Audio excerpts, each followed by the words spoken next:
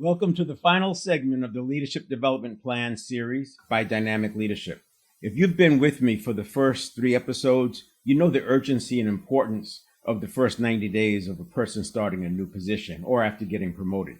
In this final episode, I want to focus on practicality. The heart of the matter is leaders need development plans. Without them, organizations run the risk of inconsistency, misalignment, and wasted time. Too many incorrect assumptions can be made when it comes to adding a new leader to your team. Why were they promoted? What is their style? How do they handle conflict? What's their threshold for pressure? How prone are they to falling into a stress response? How quickly can they get back to a growth mindset after facing a major setback? And then finally, what's their standard for integrity when under pressure? And a host of other factors. There's dozens of leadership styles out there, and they can all work. Some leaders favor the family metaphor. Others lean on command and control. Others take on a servant leadership style or use a political metaphor for leading. It's not necessarily that one is right or wrong, but you want to have consistency across your leadership team. And I would also argue that there are some industries or projects or initiatives, operations that favor servant leadership. For example, in the sales department, it's probably going to work better in a servant leadership model than it's going to in a command and control. But if you're in a call center, for example, we probably want a little bit more command and control. And so it's not so much one is right, one is wrong, but you want to be intentional about the leadership style that you're using in your organization, and then what your expectations are of leaders who are coming in terms of the leadership style and methodology that they use. Now, still others invent their own leadership style based on their comfort zone, which is another problem because these are not repeatable and they're not necessarily based on best practices. But when you allow each leader to default to their favorite metaphor, you end up with a patchwork of approaches that may or may not align with your guiding principles. And it can take months before it becomes clear that a new leader's instincts are in conflict with the culture and direction of the organization. It doesn't mean the hire was wrong, but it does point to why the first 90 days of development is so important. Now contrast that with fields like medicine. A doctor or a nurse, they can step into a new hospital or clinic anywhere in the country and perform effectively from day one. Why?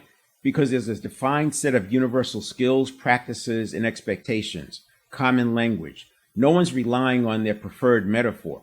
They're drawing from a common framework. Yet, even in these disciplines, they also have continuing education requirements. The point is, there's always going to be a need for development, but you can also have standardized practices.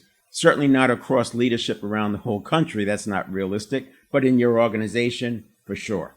Now, you should want the same for your business. Development plans are how we establish this framework. They create consistency in how leaders think, act, and grow. They also ensure that when a leader steps into a new role, they're not bringing in personal biases that may run counter to your values and vision. And here's the additional wrinkle.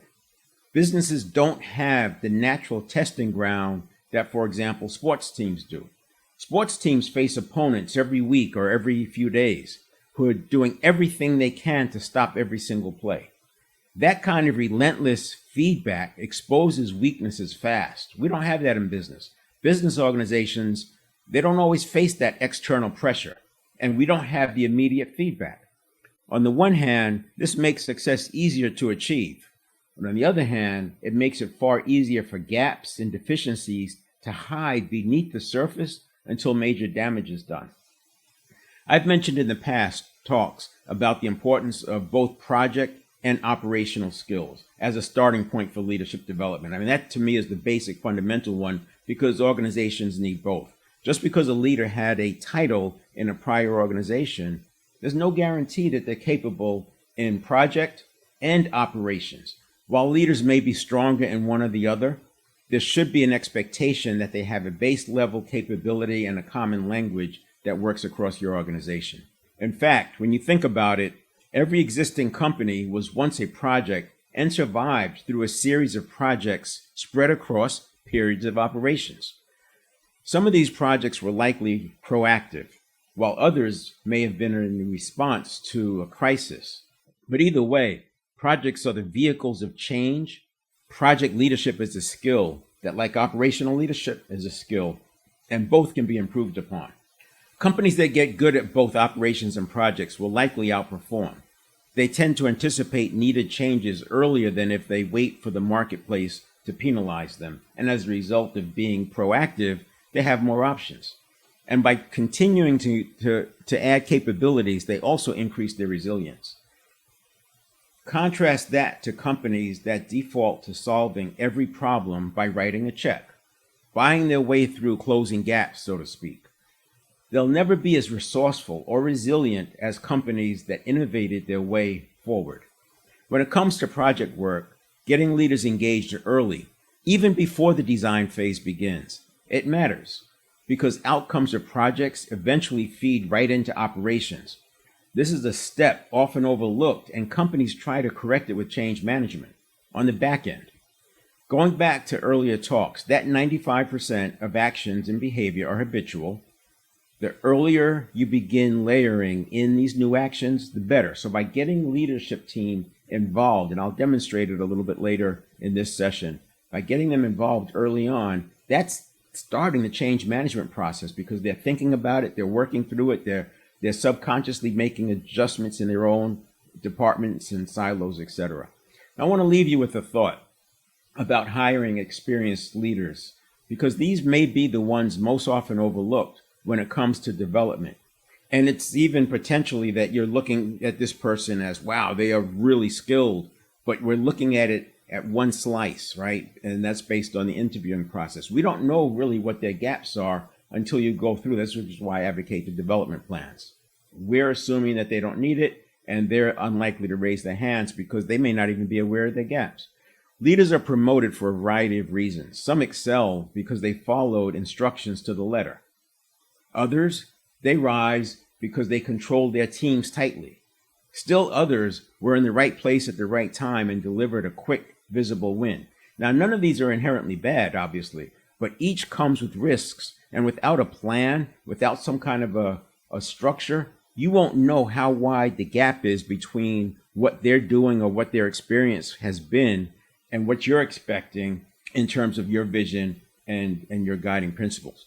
Waiting for the dust to settle, say the first 6 months, it's too late. You've already blown past that first critical 90-day mark when they're most susceptible to learning something new and making adjustments to their methodologies. And once you begin the development plan, if done right, you keep that 90-day window going over and over and over because we're constantly giving them something new, and you're keeping the body and the nervous system primed for adjusting and learning new things. I talked about this in episode 2 using the term allostasis. I encourage you to take a look there. I also have a carousel on the Dynamic Leadership Company page that talks about it. You have about 90 days when the nervous system is most primed for adjusting to the new environment, and that's the point. An easy way to start is with the company vision and guiding principles. You don't need really any preparation to do that. You already know your company vision, and if you don't know it, you have it in your mind. I mean, that is the vision, whether you think about it that way or not, because that's what you're living out of. And the guiding principles. Now, you may need to document these, but you know what your guiding principles are if you just spend a little bit of time thinking about it. My point is you can start this process right away. Ideally, that alignment work should begin before the employment offer is finalized. That's with new people coming in. But you can start tomorrow with your existing leadership team by simply working through what your guiding principles are real time. As the owner, you get the final say, but hearing from each person and getting their input increases buy-in. And if they have to shift one way or the other, you can begin that process even in that conversation, and then further while integrating development for your current leaders. Now, to illustrate the power